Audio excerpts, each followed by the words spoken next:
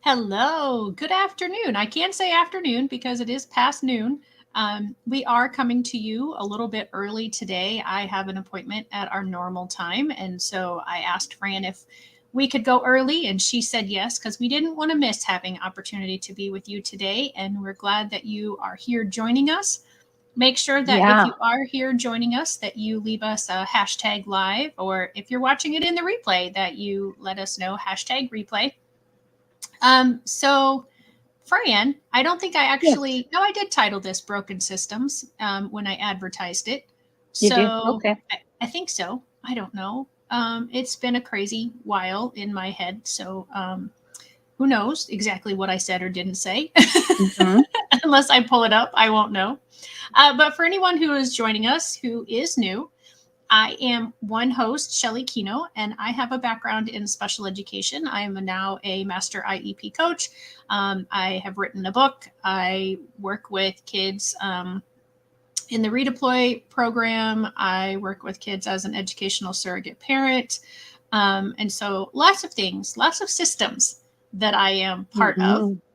And Fran, go ahead and introduce yourself to anybody who's new. I'm Fran. There's I'm a, more to you than your name. I know. I was just being silly.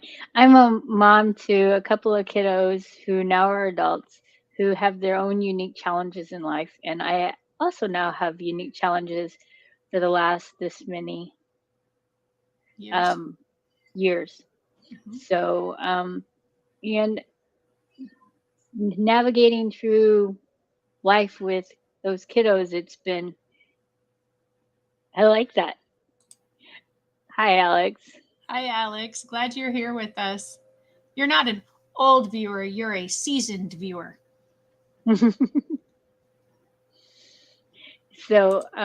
Navigating through life and those systems of has produced its own challenges. So yes, I'm familiar with many systems, but Yeah. I'm not sure which systems which you were that triggered this discussion. So why don't you lead off? Well, it's the education system. Okay. That's where I've spent, the majority of my life. First as a student myself, and then as a paraprofessional, and next as a teacher and a substitute teacher and a substitute paraprofessional, and leading me all the way to where I am right now of working with schools and families and trying to help everyone at the IEP table, individualized education program table, to not have such a bad broken system. Um, Hmm. there's there's the problem with the education system is that there are systems that are influencing the education system, Uh and so huh. it's not just that the education system. Sorry, Cooper is Cooper, demanding what are you today. up Who knows? to? Because there are state agencies involved with the education system. There's federal agencies involved with the education system, and then there's groups within the districts that are involved in the education system, and it's it's a hot mess. Um, Hmm. and I think a lot of people saw it during the pandemic, especially. And I think a lot of things came to light that um, maybe people were thinking were broken parts of the system, but it became very obvious Hmm. during the pandemic. And what has led me to talking about broken systems today is I tried to type in the word bureaucracy when I was going to suggest a topic for us, but I couldn't spell bureaucracy. So it just said broken systems. Uh-huh. um, but I have been hearing from people for a while, but it's just really been very obvious and prevalent in my life the last couple of weeks. Our medical system, our education system, our government system. It's just there's lots of little things. Right. Um, so when I sent the idea to you, what were your initial thoughts? I was thinking I was thinking more micro, like special education within the education, and I was also thinking, those that are needing the assistance because they can't financially make it through life, that system Mhm. type, public Yeah, assistance system. So that's kind of where I had gone with my thoughts. yeah, yeah, absolutely. And that's systems are important, and I don't want to downplay, and I don't want people to think that I am negating having systems. Um, the difficult thing with having systems, and all of the ones that have been mentioned by you and by myself, the rules that govern those systems need to be so generic and so broad Hmm. so as to cover any possible situation that it often does a disservice when there is a problem within one of the Right. systems and you Sure. want to raise awareness about that problem. I'm sorry. Cooper That's is okay. very Cooper demanding. was chiming in that he agreed with me. Yes, and wants back up. Oh, He doesn't know what he wants, so I apologize. that's okay. So anyway, You were out running errands, and he's he's he's not he's happy. missed you this morning, and so now he's trying to figure out how to stay happy. So It's a broken system. it is. But yeah, I mean, absolutely. Even if, like you said, you go more micro and you go like super micro, and you just think about our family units. Mm, Some of our family systems, our families have broken units of them, broken yeah. parts of them. And so how does one navigate when those kinds of things happen? So the main reason that bureaucracy has been a problem for me lately, and this is specifically for me, is that I have been working with schools. As anyone who's watched for a while, you know that I'm a master IEP coach, and I work with schools and I work with families. And as I Hmm. mentioned in the intro, I'm an educational surrogate parent, and so because of that, I've been working with a lot of different schools. And I have talked with one particular school, and I have had probably 30 meetings with this one particular school because of all of the different roles that I play, not that I've had 30 meetings for one child, since the beginning of this 2022-2023 school year. And I didn't feel as though I was getting them to see that, according to my understanding of the rules and regulations that govern what we do, that they were not following some of them as the regulation states, but they also weren't doing best practices Hmm. within the regulations. And so I had talked to a few different people that were, helping me and understood my situations. And they recommended that I file a state complaint or that I do mediation, or have a state facilitated IEP meeting. And so the state complaint is kind of the base level of those possible steps. And so that's what I chose to do, even though I really didn't want to. And I don't have any judgment of neglect or that these people in this school, this particular school, are doing anything maliciously. Hmm. They're all good people. And I really do think that they are thinking that what they're doing is good. But in filing this state complaint, um, it's been a very arduous task. Okay. And the amount of evidence that I have had to collect, what did I just do with it? Is, and this isn't all of it. Oh my. That's maybe 20%, which is like this much compared to how much I actually have. So I spent weeks gathering everything, um, looking through all of my documents, looking through all of my communications to show all the stuff that I was required, or I felt like I was required to show in order to say, this is why I feel that these things aren't being done correctly. Mhm. And it got kicked back from the state because I didn't have the right numbers for particular statutes that were being violated. Hmm. And then there was, and also like, well, and it didn't all get kicked back. There were some things where they're like, okay, we can see where you're going with this.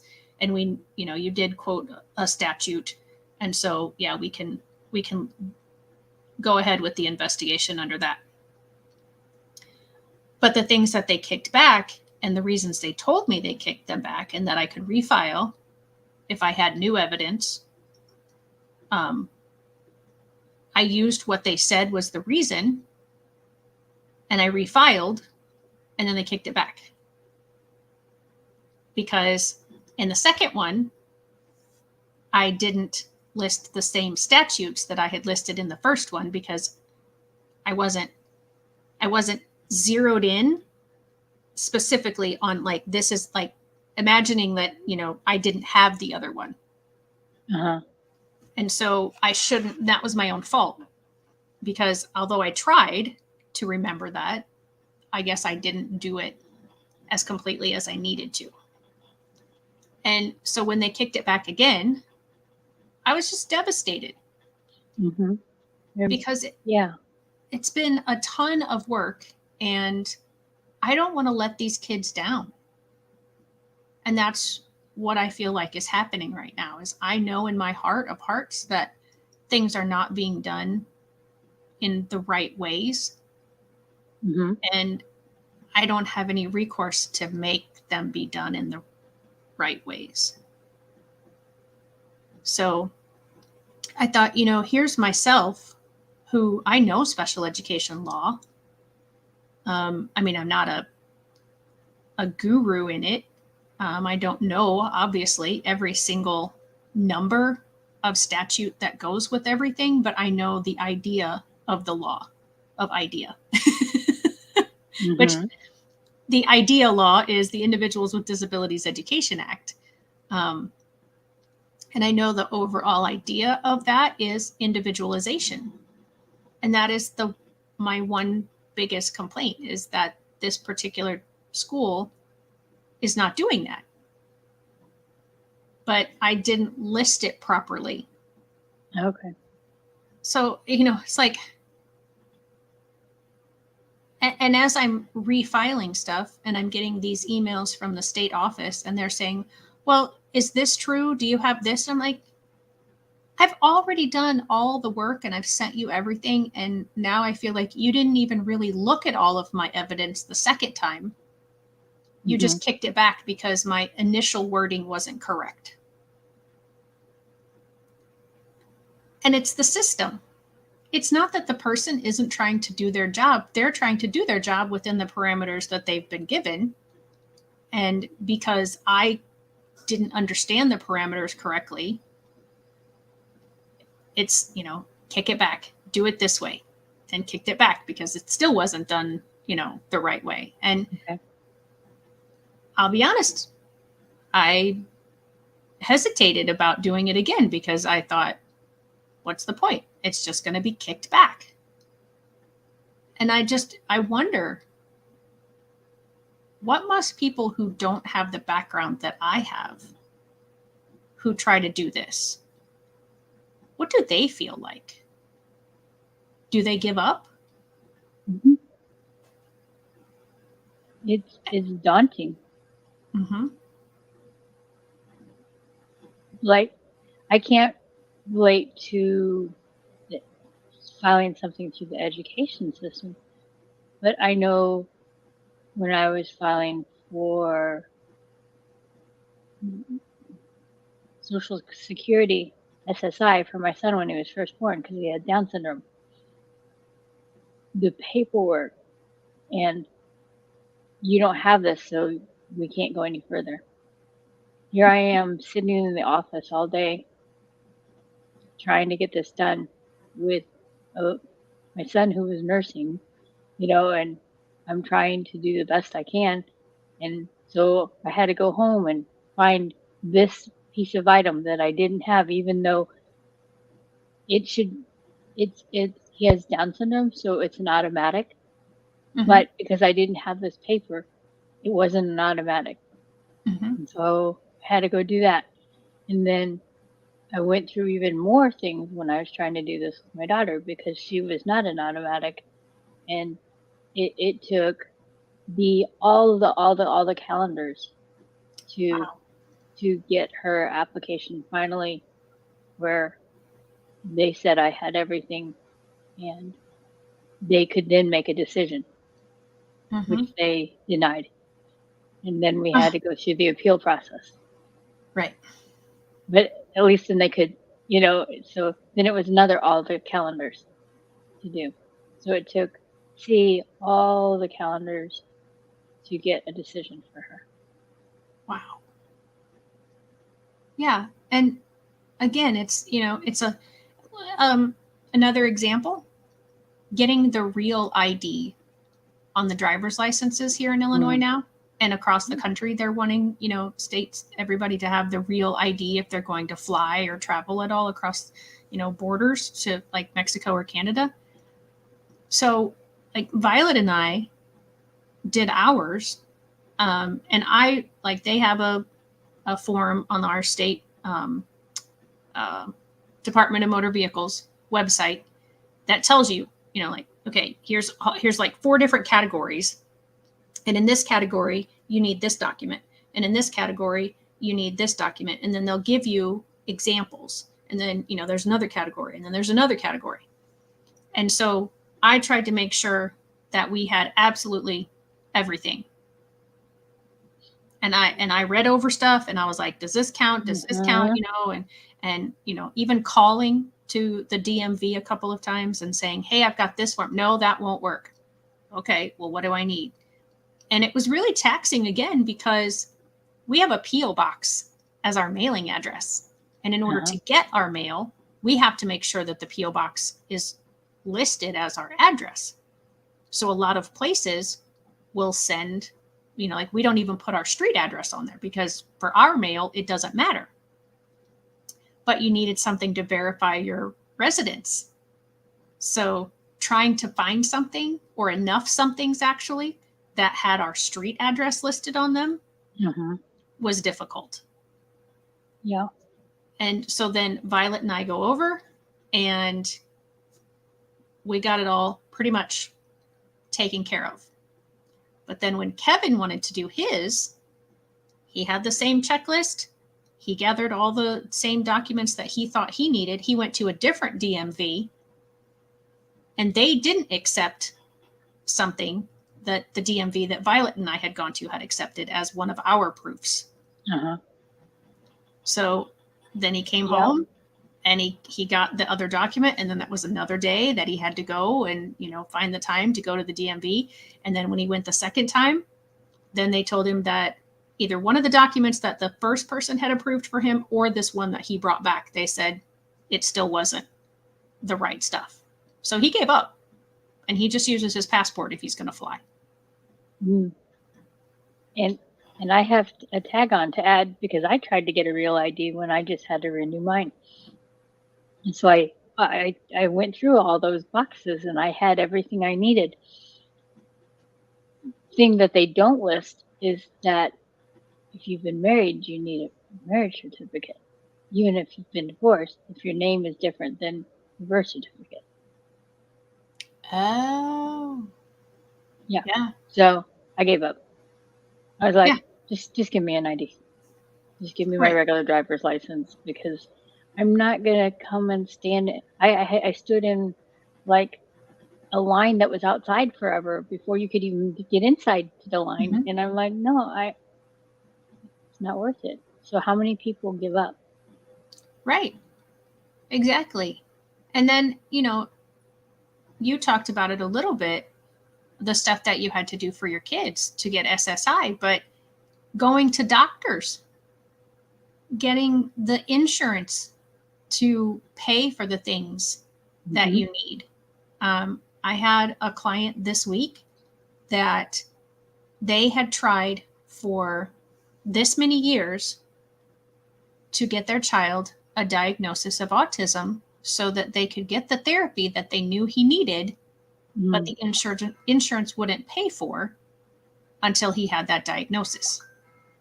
yeah. And those therapies are expensive.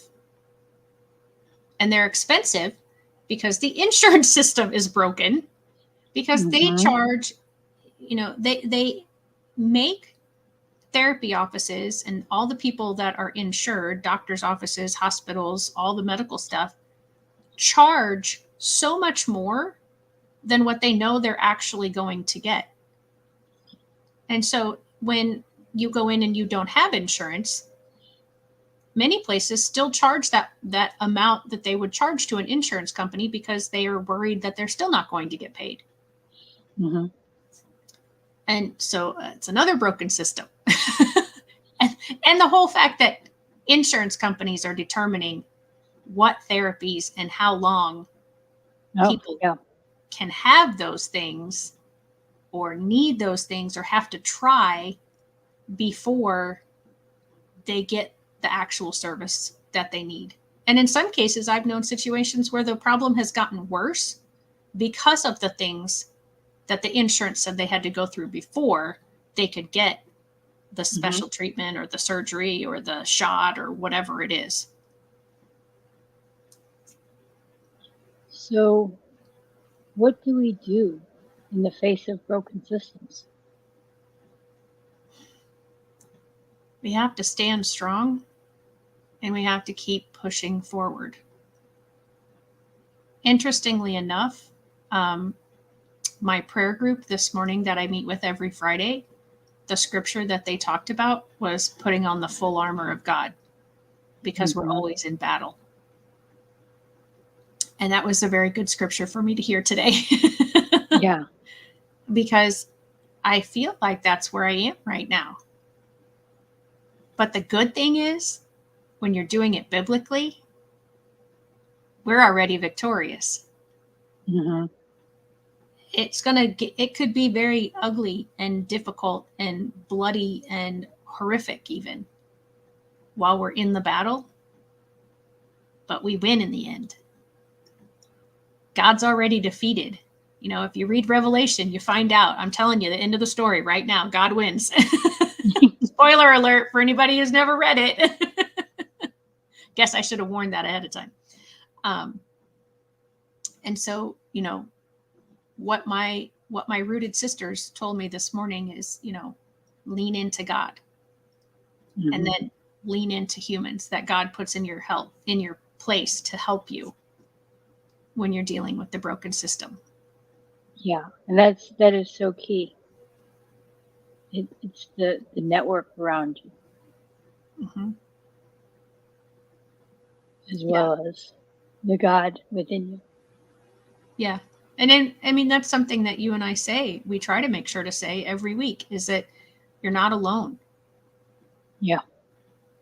And you're not alone physically, but you're certainly not alone. You may feel and maybe there's evidence to show that there really isn't anyone physically around you, but there's always someone spiritually with you if you've asked Hmm. him.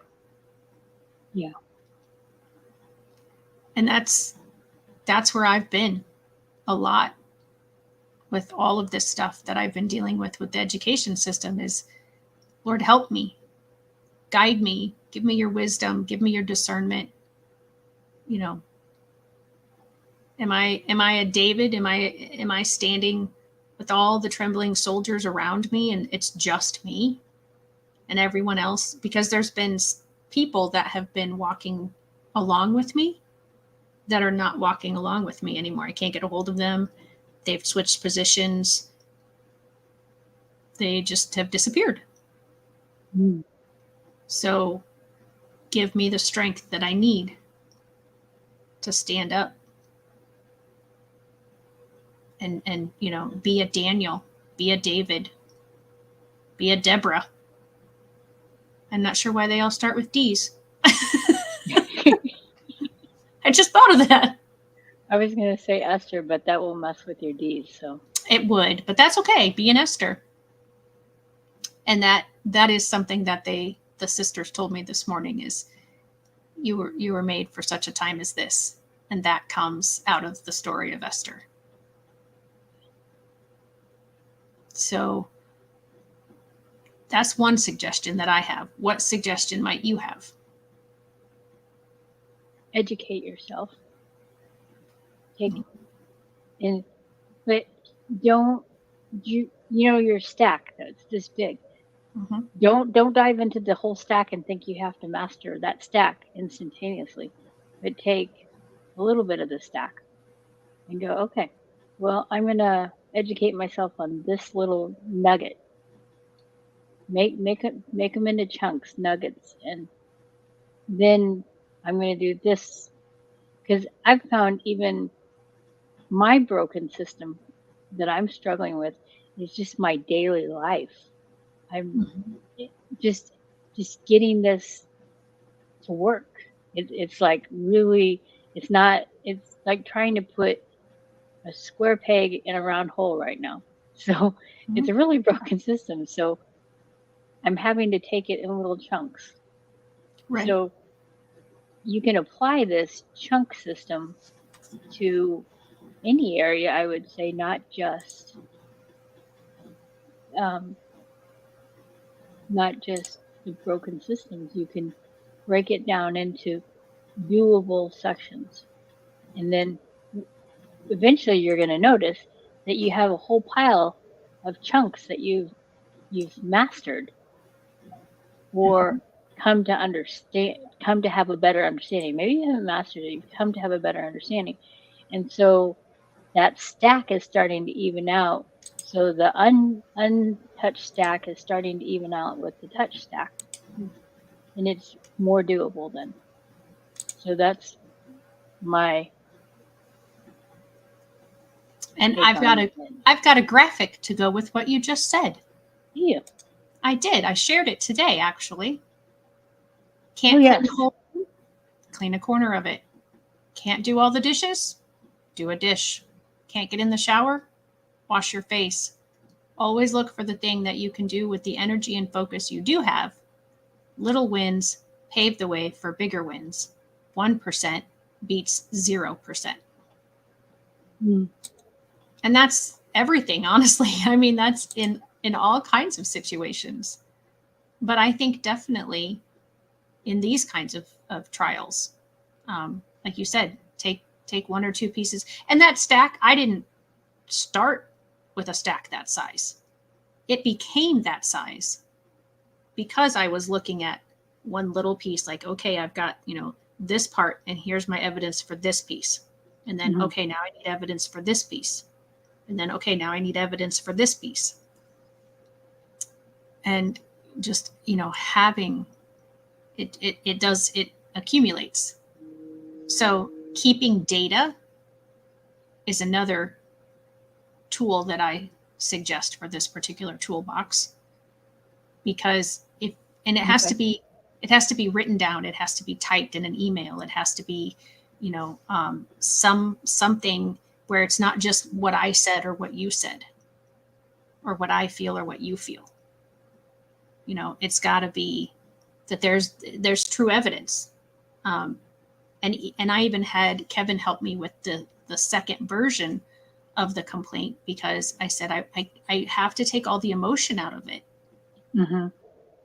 And that's very difficult too, because it's very emotional. You know, when you're dealing with these big systems, it's emotional. You know, mom was telling me about someone that she knows who's a former nurse, and she's been having some medical problems lately. And she almost verbatim to, what would somebody who doesn't have my knowledge do in this situation, but with the medical world?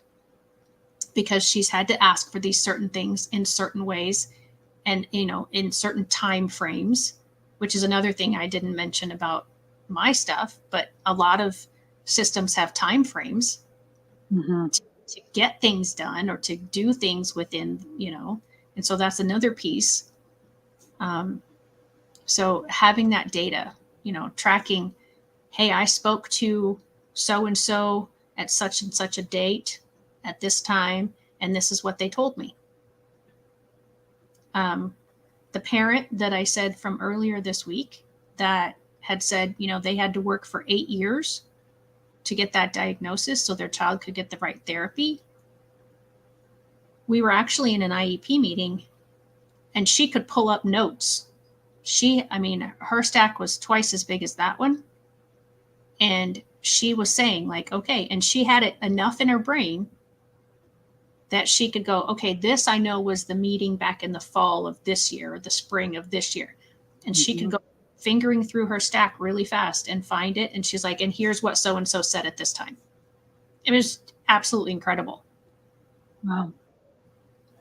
And so that's, you know, where I've also mentioned like having in the IEP binder, if you're dealing just with the school system with your child's IEP, because the school knew. They even told me, they're like, oh, hang on, she'll find it, because she always does. She's got it all. She's like a great data keeper. And it was, I mean, it was truly wonderful to see, because most people are not that organized and they haven't jotted everything down. So, you know, Mm-hmm. having your data of, you know, whether that's in video format, which wasn't a format that I mentioned before. A lot of times you can't record things, so you have to be careful with using video or audio. But you know, if it's your own child, that's your own data. You have the permission to record your own child. Right. I save well, with my son living in Asilla, Mm-hmm. all communication, I save all of that Mm-hmm. because I had them say, well, you didn't let us know, and so I just forwarded them what I'd sent them, and they're like, Right. oh, okay, we must have just missed it. Okay, that's human. I accept that you missed it. Let's just not do Right. it another time. But I looked up on my phone. I have this list. Mm-hmm. It's a running list so that as I'm tackling my broken systems, I have something like an anchor to which I can return when I'm floundering. Good. So I think that helps me having those lists. I'm a list person. Right. Sorry, I'm writing down what we're saying, Okay. and hopefully I'll get this put into a graphic. Uh-huh. I know. How many times have I said that now? I know, but you've also offered to allow me to do it, and I haven't. So it's on both of us. It's not just on you. Well, thank you. I appreciate that. So what I have so far is keep moving, communication, keep data, make lists, tackle small bits at a time. Yeah, Yep. nuggets. Yep. Have we said anything else that I missed? You said networks, right? Oh, I did not write that down, but we did talk about that. Yeah. Yeah. Have a support system, Mm-hmm. network system. And you know what I want to say, because this has come up recently. There was someone that was in a similar situation from when my children were babies. And I could see that they were struggling and they weren't quite sure. And they didn't even realize they were struggling because they didn't know there were resources that would help them in their struggles. Uh, So it's okay to reach out, be bold to reach out to someone when you see that. When you've been gifted the knowledge through experience and however life experiences, share that knowledge with those that you see need it. Don't be afraid to do it. Don't be ashamed to do it because this individual was like, "Oh wow, I didn't even know," and now they're able to do receive some services that they didn't know were truly would be beneficial. right. And So that I think is important. to piggyback on that, I've I find that, I talk special education all the time, and I feel like I say a lot of the same things over and over again. And even if you've helped 20 people and there is a whole organization that can share that information that you've shared 20 times with people, if you see somebody, you still need to share it because not everybody sees things, hears things, or has the same access to things as you do. Hmm. Yeah, So, I think that goes along with what you're saying, not just to be bold once, but over and over again. right. It's it's not that it's an obligation, but it's a privilege to get to do. Yeah. Yep. And I get it. We all get tired. Sometimes I'm like, really? I have to talk about this again? Like, how Mhm. do you not know this? But I'll be honest, when I was out in Phoenix and I was with the master IEP coaches, our mentor, who has been doing this so much longer than all the rest of us and is so much better at doing it all than the rest of us because she's had so much more practice. She said she still had someone reach out to her and say, I didn't know that's what you did. And she was like, I talk about it all the time Mhm. for lots and lots of years, all the calendars. and, and so that was, she felt bad about it, but to me that was encouraging because everybody comes to a moment with different ears and eyes than they might come to the next moment. Mhm. And so even just in what you shared, the piece of information that she shared, how she felt bad about it, how encouraging it was for you. I mean, just that snippet of information, how that will now affect how you see things in the future. Yep. I just wrote down encourage others, which is kind of it goes along with the one before, but which was the bold, be bold and share your knowledge. But Hmm. um, yeah, what another thing that Catherine says is if you're one step further down the road, if you're a step further down the road, then you can help the person who's coming up behind because you've been through it and you've navigated that step. Hmm. You're So building another toolbox. I know. I You know. want to read our toolbox? Sure. So this is our toolbox for dealing with broken systems in case anybody is just joining us. Keep moving, even though it's hard, even though it's difficult. Communication in keeping with other people into what's going on, and also keeping track of any communication that you've had. Yeah. Keeping data, whatever's going on, whenever it happened, make sure it's written down or you have some sort of a record of it so that it's not just your word versus somebody else's. Make Hmm. lists of things that you need to do or want to do in order to muddle through this broken system. And we listed several broken systems at the beginning of this episode. So um, if you're somehow just tuning into this little piece, go back and probably every system out there is broken in some way, To shape, some or form. degree. Yeah.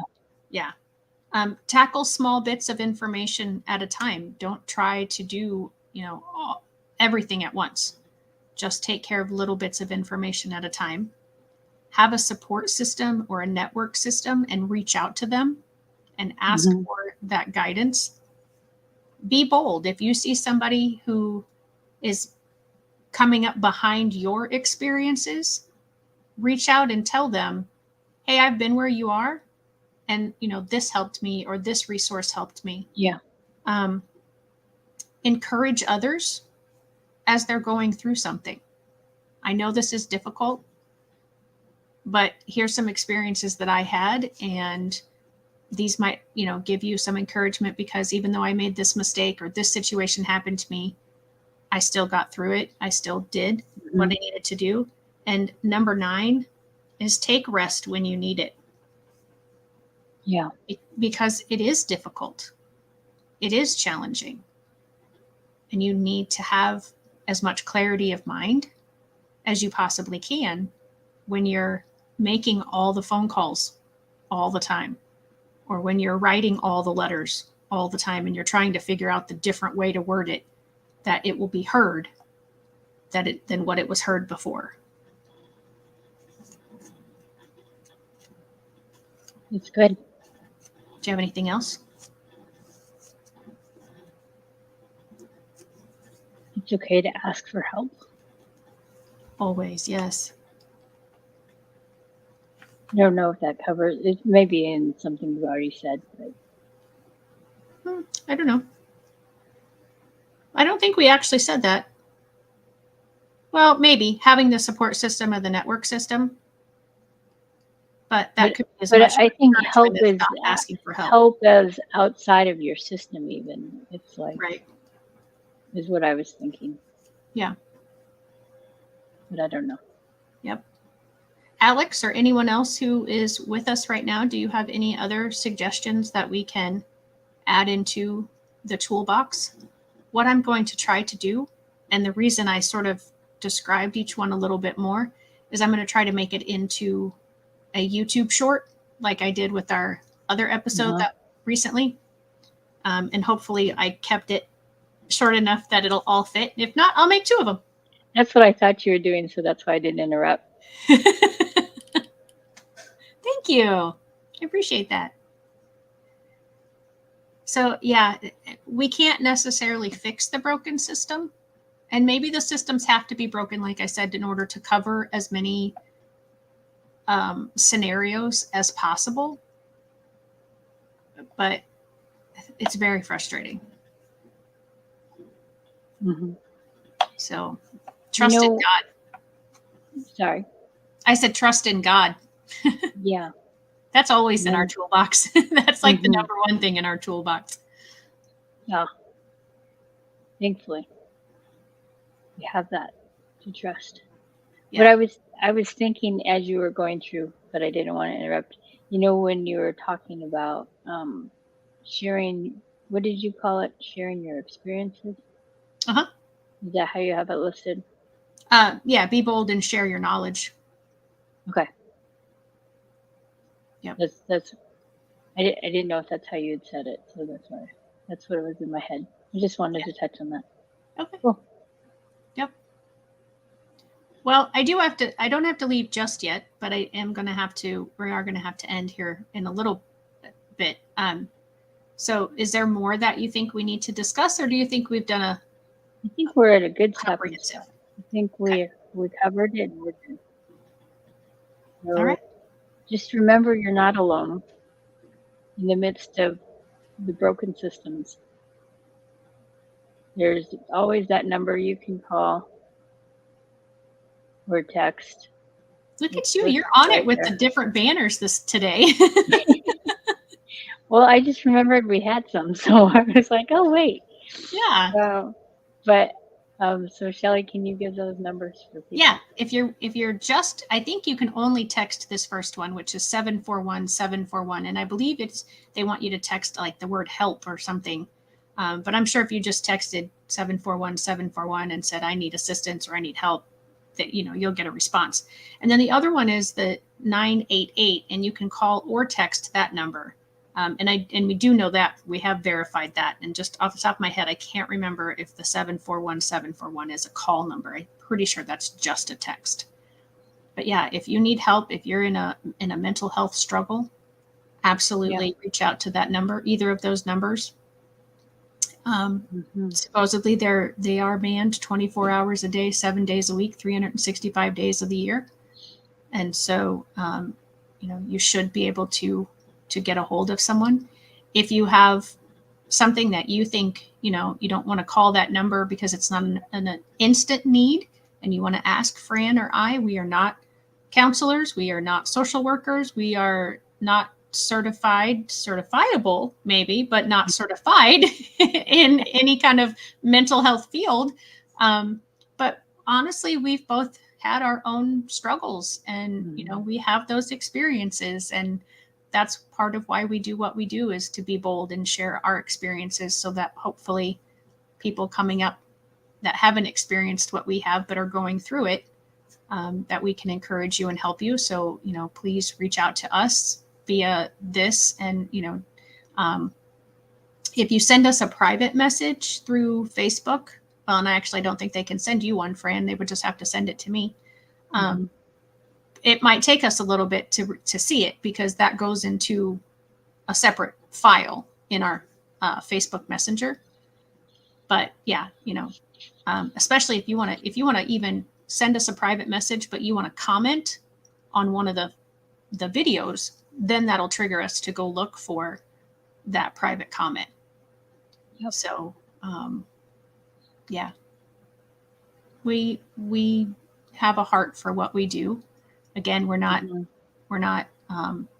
certified in anything, but we're experts in our own lives, and we can share what we've gone through with you, and how we've gotten through some of that stuff. So, next Friday with Fran will not be immediately, because I will be at a conference next weekend. So we won't be able to do it. So it'll be weeks away, unless something else comes up that day. I think I will be at Special Olympics basketball then. Okay. All right. So it might be some time before we get to see you again. So most definitely, if you need to reach out, please know you're not alone. Fran and I are a typed message away. And then again, those numbers 741-741 or 988 are available to you as well. And I just want to say, though the systems are broken, it does not make you a broken person. Yes. So just be bold. Yes. And I'm going to piggyback on that. It also doesn't, maybe I'm going to piggyback on that. It also doesn't mean your child is broken. Yes. All right. Everybody, have a great few weeks. We will see you as soon as we can next time. Bye-bye. Bye-bye.